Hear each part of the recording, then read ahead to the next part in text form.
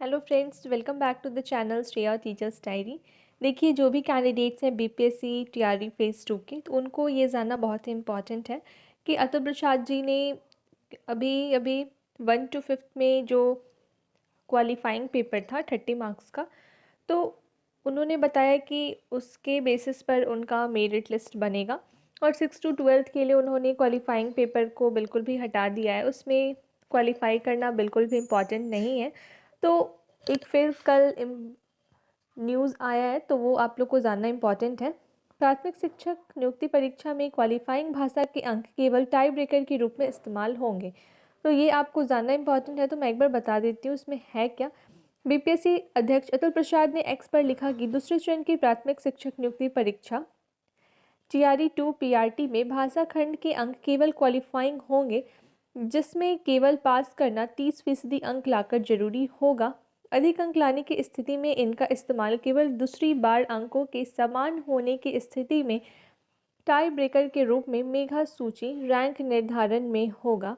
देखिए, इससे ये समझ आप सकते हो कि जो पीआरटी है क्लास 1 to 5 के लिए, तो उसमें जो उन्होंने कहा था कि जो लैंग्वेज का क्वालिफाइंग पेपर है वो आपके मेरिट लिस्ट बनने में हेल्प करेगा। तो इनका यहाँ पे क्लियर ये कह रहे हैं कि जो इनका क्वालिफाइंग पेपर है उसमें 30% जानते हो आप कि उसमें 30 मार्क्स का था, उसमें आपको 9 मार्क्स लाने थे क्वालिफाई करने के लिए। तो इनका यहाँ पर साफ साफ तौर पर ये कहना है कि अगर टाई होता है तो फिर भाषा का जो अंक है, जो क्वालिफाइंग पेपर का अंक है, उसको ऐड किया जाएगा और देखा जाएगा कि दो कैंडिडेट्स हैं। सपोज़ मैं आपको एक एग्जांपल देके बताती हूँ। सपोज़ दो कैंडिडेट्स हैं, दोनों को 60-60 मार्क्स है, ओके। और उसके बाद इस दोनों में से किसको मेरिट में लाना है, तो वहाँ पर उनके क्वालिफाइंग पेपर के मार्क्स देखे जाएंगे। 9 मार्क्स आपको पास के लिए चाहिए, और 9 से कितने ज़्यादा मार्क्स हैं, तो सपोज़ इस कैंडिडेट्स को 15 मार्क्स है और इस कैंडिडेट्स को 20 मार्क्स है, तो मेरिट में इस कैंडिडेट को लाया जाएगा, जिसको भाषा में ज़्यादा मार्क्स है उसको लाया जाएगा। आई होप अभी आपको क्लियर अच्छे से समझ में आ गया होगा ये टाइप क्या है। अब आपको कोई भी कंफ्यूज़न नहीं होगा। अब चलिए आगे देखते हैं।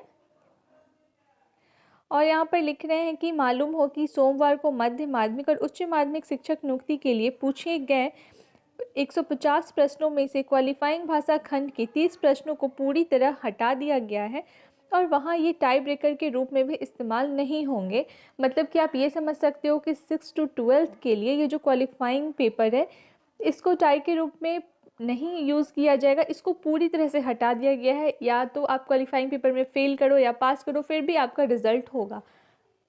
उसके बाद है कि लेकिन प्राथमिक शिक्षकों के लिए उन्हें बनाए रखने का निर्णय लिया गया है, जिसके कारण छात्रों में इसको लेकर भ्रम पैदा हो रहे हैं, जिस पर अध्यक्ष ने स्थिति स्पष्ट किया है। मतलब उन्होंने ये इसलिए न्यूज़ दिया है ताकि आप सबको क्लियर हो जाए कि ये क्वालिफाइंग पेपर को क्यों हटाया गया है और 1 to 5 में ऐसा क्यों किया गया है। तो उसके बाद देखते हैं नियोजित शिक्षकों को 25 अंकों का ग्रेस देने की मांग। तो यहाँ पर ये कह रहे हैं कि बीपीएससी शिक्षक नियुक्ति के दूसरे चरण में शामिल होने वाले नियोजित शिक्षकों को ग्रेस अंक का लाभ देने की मांग की गई है। सारण शिक्षक निर्वाचन क्षेत्र के पूर्व प्रत्याशी आनंद पुष्कर बीपीएससी सचिव सह परीक्षा नियंत्रक को पत्र लिखकर कहा कि पिछड़ा वर्ग एवं अति पिछड़ा वर्ग कल्याण विभाग के अंतर्गत संविदा के आधार पर नियोजित शिक्षकों को ग्रेस अंक का लाभ दिया जा रहा है। बिल्कुल वैसे ही नियोजित शिक्षक जो दूसरे चरण में परीक्षा में शामिल हुए हैं, उन्हें भी निश्चित और आवश्यक उनके कार्यकाल को देखते हुए कम से कम 25 अंकों का ग्रेस मिलना चाहिए। बिहार सरकार ने गत बहाली में लोक शिक्षकों को 10 अंक का ग्रेस दिया है। तो देखिए, यहाँ पर ये कह रहे हैं जो शिक्षक निर्वाचन क्षेत्र के पूर्व प्रत्याशी हैं आनंद पुष्कर जी, तो उनका यहाँ पर कहना है कि जो शिक्षक पहले से कार्यरत हैं, मतलब जो नियोजित शिक्षक हैं, उनको, और वो बीपीएससी का एग्ज़ाम भी दिए हैं, तो उनको 25 अंकों का ग्रेस मिलना चाहिए, उनका ये कहना है।